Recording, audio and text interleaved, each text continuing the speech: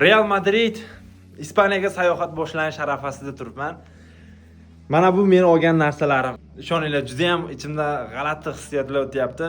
Ko'plar menga ishonishmayapti chiqishimga, lekin albatta hammasiga isbotlayman. Eng muhimi, meni qo'llab-quvvatlayotgan insonlar ham bor, yo'q emas.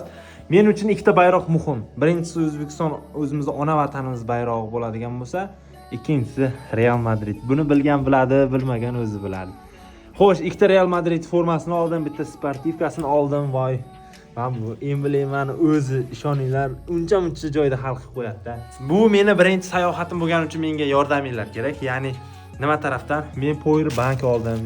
Belgim teshilib qolmasligi uchun nasos, bundan tashqari yamaydigan narsalar oldim. Bu bloknotim doim mening bilan, maqsadlarim hammasi tushirilgan. Vaqti kelib yo'linglarga qanaqa maqsadlarim, orzularim borligini ham bo'lishib ketaman sizlar bilan.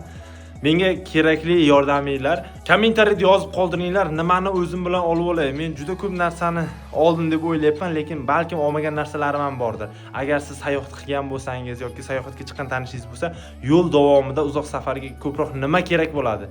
Kommentariyga yozib ketinglar, o'sha narsani qo'llab-quvvatlab turinglar. Mehringlar doim birgamiz. Yurak urib tursin, orzularni amalga oshiramiz. Real Madrid.